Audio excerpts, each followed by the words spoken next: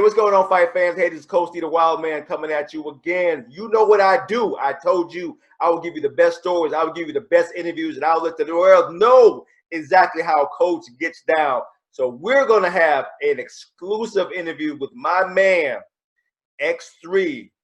Gets it in. No holds barred. Brings it how he brings it. Joe Elmore is going to talk with me today and let us know how all this came together with Bare Knuckle Fighting Championships. He's doing the daggone thing. He's making the rounds. And in my neck of the woods, he's going viral because he is the man. Joe, what's going on, brother? Man, I'm doing excellent, Coach. How you doing, brother? Man, I'm doing good. I've been dying for this interview. Now I got it. I appreciate you giving me the time. But I want to hear it all, and I want the fans to hear it all. How did all this come together? How did you get the phone call? What made it all come together? And how did you get into that cage? How did it all happen?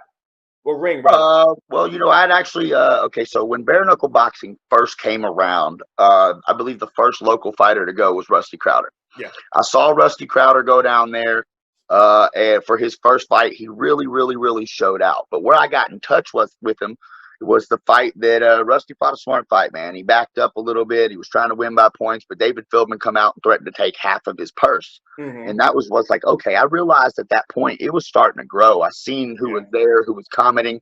So I just hit David Feldman up, and I honestly sent him the knockout video where I knocked out Jared Burke in Bellator. And then I sent him Fighter of the Year. And then I sent him the award where I won the toughest fight of the year. And then the previous year I won Knockout of the Year and Fight of the Year. And the year before. So I just literally sent him 5 years in a row where I won either Knockout of the Year and Fight of the Year or blah, blah, blah, blah. And he hit me back and said, I'll be in contact with you. Mm-hmm. Man, he didn't call me for 2 years. There was other names coming in. And they were really growing. But he would message me every once in a while and go, hey, man, I promise you I'm going to bring it in. I'm trying to really focus on building the business and bringing some names in. And then I'm going to bring some killers in and give y'all a chance to defeat these names. Because really what I want to do is build fighters. And in my head, this is David Feldman. I've tried to talk to Dana White. Dana promised me this and promised me that. We met in person. He said this. And then it's never happened. So I'm thinking, whatever. I kind of I came back. I'd planned on fighting for them, but I decided I was going to fight John Cobb. I got in the best shape of my life. I went out there and fought him. They contacted me right after that and said that they had a fight. Honestly, I turned down the fight. I'll tell y'all what they offered me this fight, but they offered me $2,500. Okay. But I heard they paid Paige Van Sant $3 million, okay, for 3 fights and some commentating. So these boys got some investors and money. So I was like, I'm not going to devalue myself ever again. And I said, when you get a real fight against a world champion, call me back. No offense. I want to fight with you more than anything in the world. And COVID hit, blah, blah, blah. Nate Shook, I know him. He's the matchmaker. One of the matchmakers. Dean Toole works with them too. Also, Nate Shook's doing Toe the Line. I'd talked to him forever. He's the one that called me. He was a random matchmaker in Florida to me at this time. But I'm that guy. I don't care where you're from. I'll take a fight against anybody any day, whether I've trained or not, because I'm just a fighter. So I'm always ready, right?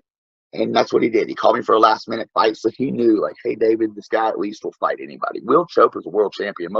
A lot of people, especially in China or in Japan, he's super famous. 1FC fought Max Holloway. Yeah, apparently nobody would fight him. So during the pandemic, long story short, let's get back to this part. The pandemic comes in, and they called me like, hey, man, we're going to put on a fight. UFC is the only sporting event live at all at this time. And I'm like, are you serious? And they're like, yeah, man, we're going to put on a fight in Tampa, Florida. It's against Will Chope at 170. And they actually offered me a duck, dude. It was this guy that was 116-1 for the same amount of money. Wow. But you know what I said? I said, if I fight this guy, they're going to go out there and they're going to look at his record. And they're going to say Joe fought some like 116-1 boxer. And I talked to my wife about it, and she was like, this guy's really good. And I talked to her, and she's like, but you're going to beat him. She looked me in my eyes. My wife is one of my biggest believers. She's my manager. She's my corner, and not like just some Mike Perry shit. Like, she's there. She understands it. She studies my fighters. She wants me to be the world champion because she wants me to be able to provide the house. I want her to be a stay-at-home mom, whether it's raising puppies or kids. So I looked and I was like, we're going to do this. And that was the first time in my head, I'd already knocked out Cobb. My hand healed up. Mm-hmm. A lot of blessings. Like I've got a free medical sponsorship by Nivea. I'd hate to get off subject, but things were coming together, and I was like, I want the hardest person in the world that I can fight, because if I beat Will Choke, they're gonna know who I am all around the world. Yeah. And if I do it with these guys, this is only the 12th fight. What made Chuck Liddell and all those other guys famous is there was no UFC.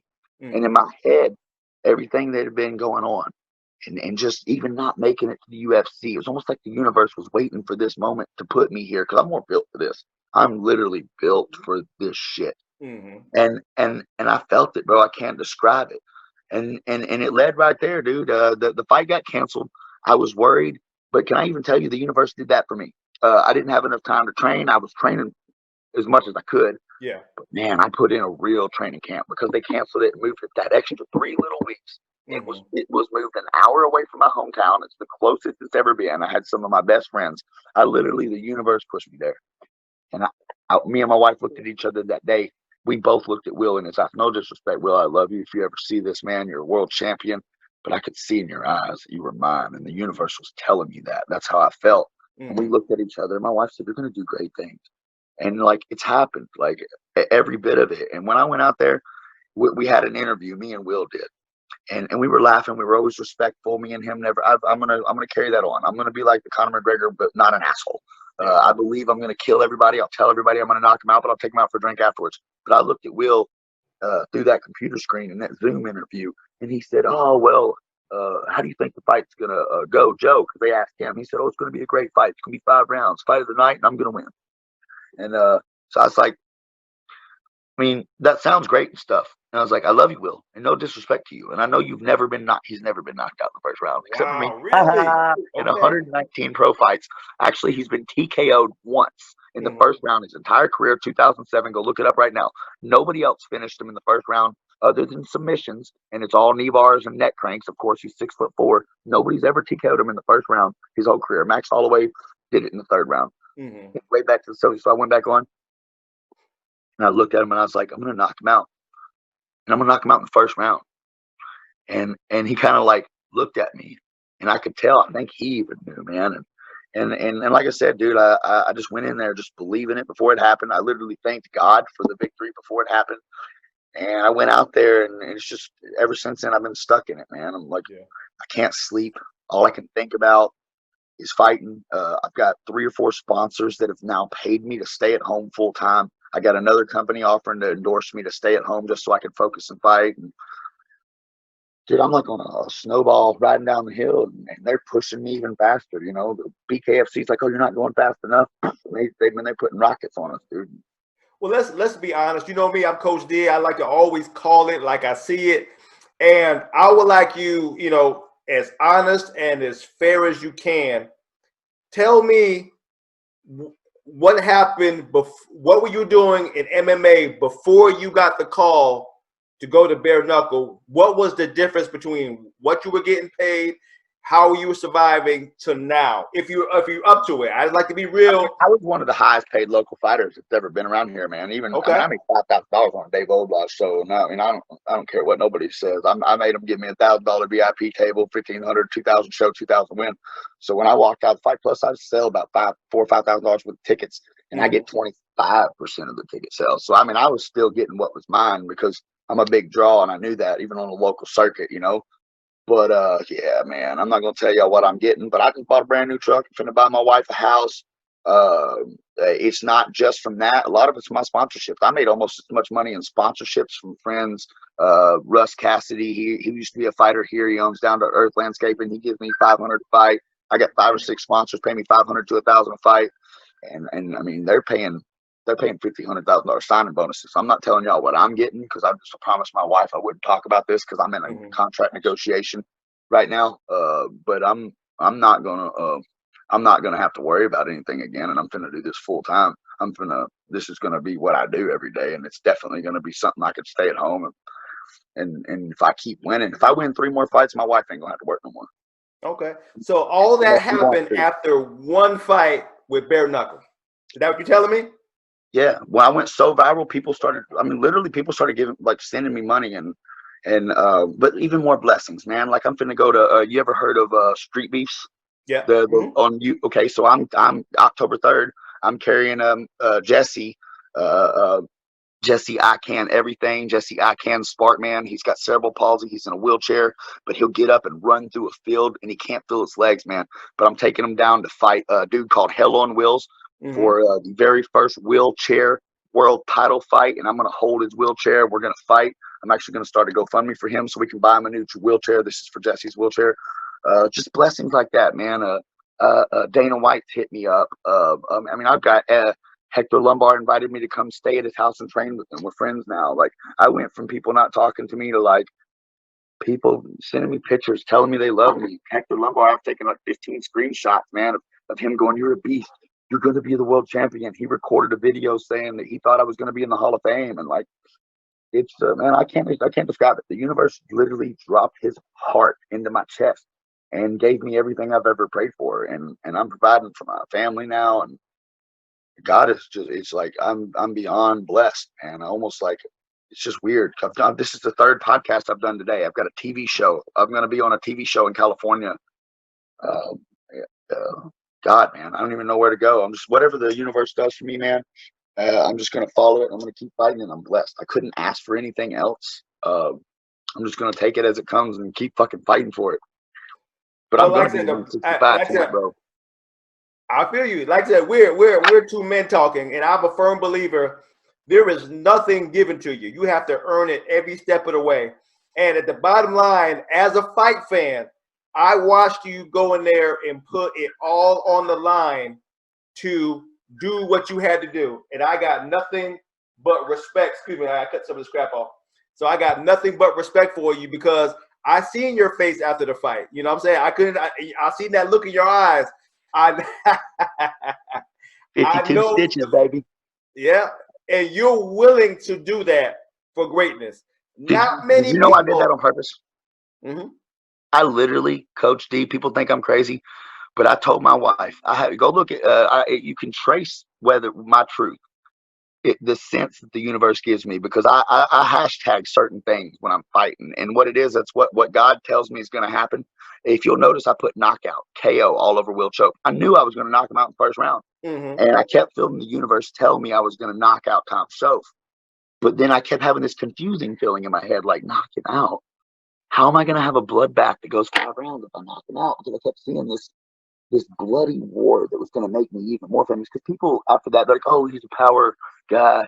Oh, but people that don't know me, guys with 300 followers that are sitting on the couch eating potato chips, it don't matter. But still, it still hurts me because I fight with my heart. But this fight, I was like, you know what? I want that fat motherfucker sitting on his couch, excuse my language, eating his potato chips to watch this. Not only I knocked him down, that's what I thought was the knockout in my head, but I put bloodbath, hashtag bloodbaths are coming back, bloodbath. And I told my wife right before we fought, before I went out, and I said, babe, this guy has got his shit together, and he wants this more. Will had lost a little bit of himself because his family was stuck overseas. He's got 4 kids. His wife is stuck, and he can't get back to Thailand because of COVID. They've locked it down. He can't get there. I saw that in his eyes when we fought him. When I hug him, I knew I'd won.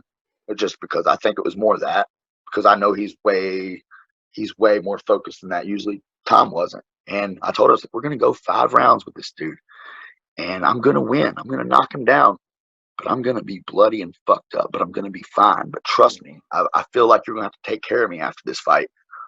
And when I went out there, that's when I put my hands down in that first round, because I didn't get that quick knockout. So I let him hit me. And when he hit me, my adrenaline went through the roof, and everything went numb. And I heard that buzz in my ear. And I was like, we're going to get fight of the night. Fuck the knockout. I knocked him down a couple times, but I'm honestly glad he got back up. If he'd have went down that first knockout, I wouldn't have fight of the night right now. I'm going to get another $1,000 bonus. He's going to send me in about 2 days for that not in the fight of the night. And I called it fight of the night before it ever was. But then when they posted that flyer, I was like, I did it. I've been with the BKFC for 3 months, and I am their Nate Diaz. I'm going to get fight of the night, knockout of the night every single time. I'm on there with guys that got 100,000 followers, and my fight has more views than theirs. And they've got 250,000 followers on their social media. So it's not just them. It was my performance too. And I knew that, man. I knew I had to do that. Next fight, I'm going to make it a little easier. I'm not going to make y'all worry. I promised my mom, my grandma, and everybody that had to take care of me this time. But I had to do that. I had to get that shit. Yeah.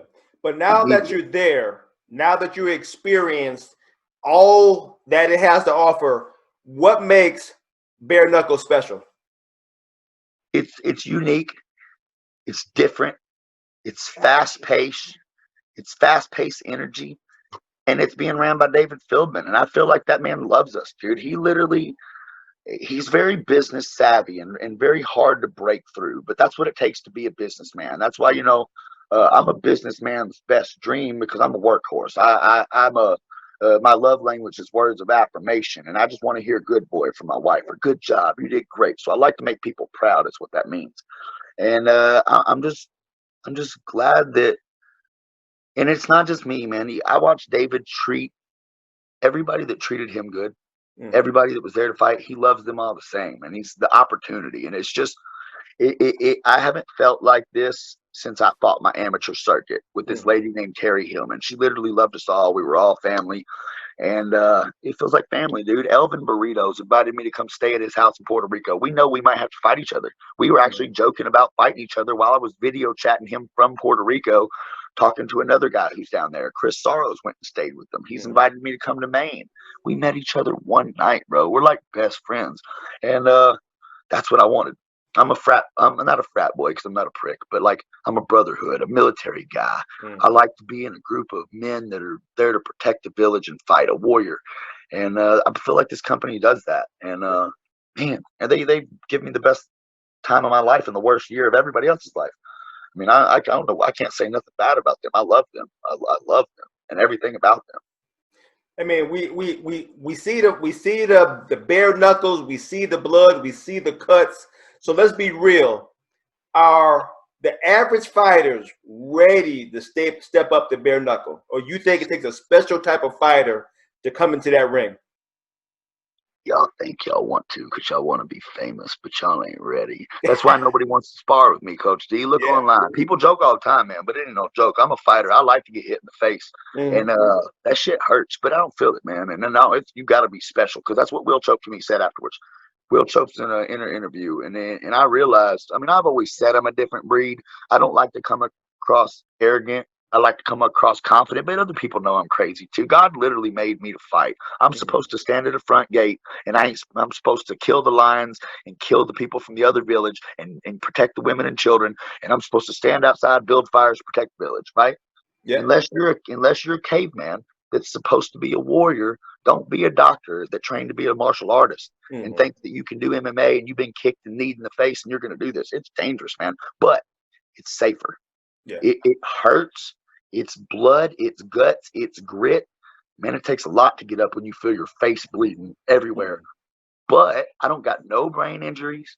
I mean, my hands are swole, but I pounded somebody's skull in, but I didn't break my hand again. We get to wrap at least to our metacarpal. I don't have to worry about blowing my knees out, so it's less injuries.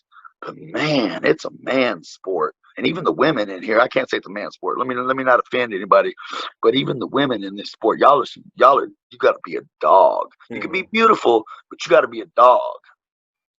I feel you, bro. That's right. So let's dial it back a little bit. Give all your friends, your family, your sponsors, give everybody some love, man, for where you're at right now.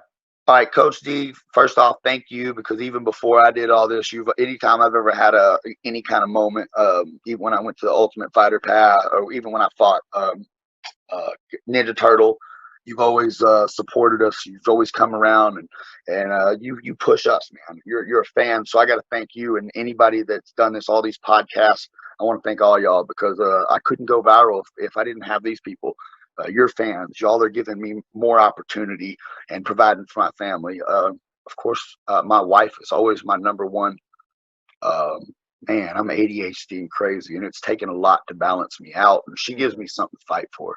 Those moments when my eyes are bleeding, I fight for my fans, my grandma too, but I want to get her that house and I want to pay for my son's college so bad. So I got to thank my family for loving me and supporting me. And man, I get crazy when I'm on those weight cuts and she's there for me while I'm cutting 30 pounds. Robert Whitcomb, he's one of my training partners at Gracie Baja. He owns Innovative Aquatics. It's he makes special custom saltwater tanks. He Mm. gives me $500 every fight. I mean, he's just one of my friends, dude. But he loves me, believes in me, and supports me. Um, Dr. Weeks, Jason Weeks. He's been supporting me ever since I started free chiropractic. Uh, Down to earth landscaping and irrigation. Russ Cassidy, he was a former fighter. He actually called me. He's been a fan of mine since Wild Bills. He said he used to fight. COVID hit, and actually, so I said, God bless America, and I love God, and I made that post. I said, I don't care what anybody says one day, but I love God and I love America. And he hit me up and said, hey, man, anybody that loves God and loves America, I support him. He gives me $500 a fight. He flew a private jet with his friend down there, offered to fly me in a private jet with him to watch my fights, all because he just believes in me and my heart and who I am as a person, not even the fighting. So I thank him for that. Greg Pinion, Nivea Health, 100% of my medical treatments. I'm getting stem cells. They're putting PRPs in my face that are going to heal the collagen. I couldn't do it without them. They're keeping me alive. X3 Sports, I'm going to move on to my gym. X3 Sports, I've been there with them. Tony Tucci, he brought me in and believed in me forever. Gracie Baja, Fabio Costa, he's the director here. That's my professor in BJJ. Thank him. He's always brought me in and lets me break the rules. And I promise I'll wear my GB stuff when I'm there. Even my rash guard professor. Thanks for always putting up with me and loving my ADHD. And the rest of my family, my friends, my son. I got a 16-year-old son, Logan. I love you, dude. I'm fighting for you since the beginning. And yeah, man. Oh, and man, I'm gonna send a shout. I ain't done this in a long time, but Dave Oblaz. As much if it wasn't for him and NFC, he gave us an opportunity, and no matter what's going on, he's still trying to throw shows. He talks shit to everybody and sometimes and likes to stir up trouble, but that man has really provided a place for all of us to do it. And I would have not had a place. I wouldn't have been able to choose to give up if it weren't for him giving us somewhere to go. And yeah, man, just anybody that's ever loved me or hated at me, because now I need more haters. Thank you. Jesse Wable. Yeah. I love you, bro. You made my first highlight video. Thanks, man. Like I could go back and like literally, I can't wait to just when I'm successful to look back and just love all of them, because I wouldn't be here without all these people that have made me, and just everybody, dude. Even Diego Lima, the local fighters that I've saw made it, that made me believe that we could make it out. Just everybody, man. I'm so grateful right now, everybody. I know that's right, man. And I appreciate all you said about me, because I try my best, man. I really do. But now give the next up and comer who really wants to go to bare knuckle, give them some good advice. Give them some good advice. No matter what's going on, never give up. Find something to fight for that you love, because there's times where I've looked at my wife and thought I was going to give up, and having that love and her looking me in the eyes and telling me that I'm the man and making me believe in myself. You can believe in yourself, but then when you're stuck alone and you don't have nobody, you're the only one you believe in and you're the only one there. But when you have everybody that believes in you, just literally do everything you can. And when you say you're going to chase your dreams, sacrifice everything. If it means everything, if you really believe it with all your heart, find a support system, because you can't do it without others. You need somebody that's going to love you, somebody that's going to remind you to get your blood work, just somebody that's going to be there, whether it's a wife, a mom, a friend, a good coach. Just dedicate everything to it, because no matter what, man, I've been doing this for 15 years, and there's times I thought it wasn't going to happen, but my life just changed. So whatever you do, don't give up and find the right people. Post your stuff every day. Have class. Don't be disrespectful, because the internet lasts forever. I'm crazy, but you can't go back and find me hurting nobody.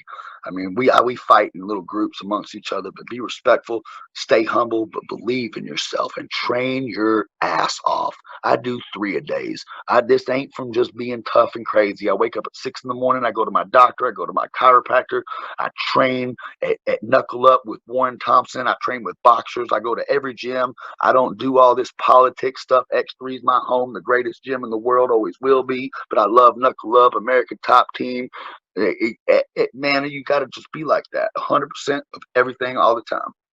All right. Once again, tell the world who you are and where you fight out of. I'm Joe the Hitman Elmore. I'm the future 165 Bare Knuckle Fighting Championship champion. And by the way, Dave the Caveman Rickles and Leonard Garcia, y'all said y'all take the fight. Where the fuck are y'all at? Let's go. All right, you heard it. They don't call the hitman for nothing. He calls it like he sees it. He brings you the heat, and he lets you know he's ready to fight at a moment's notice. You know what time it is. This is Coach D doing what I'm doing. MMA Fight Camp. I give it to you like it is. If you hear from me again, peace out. Peace out, brother.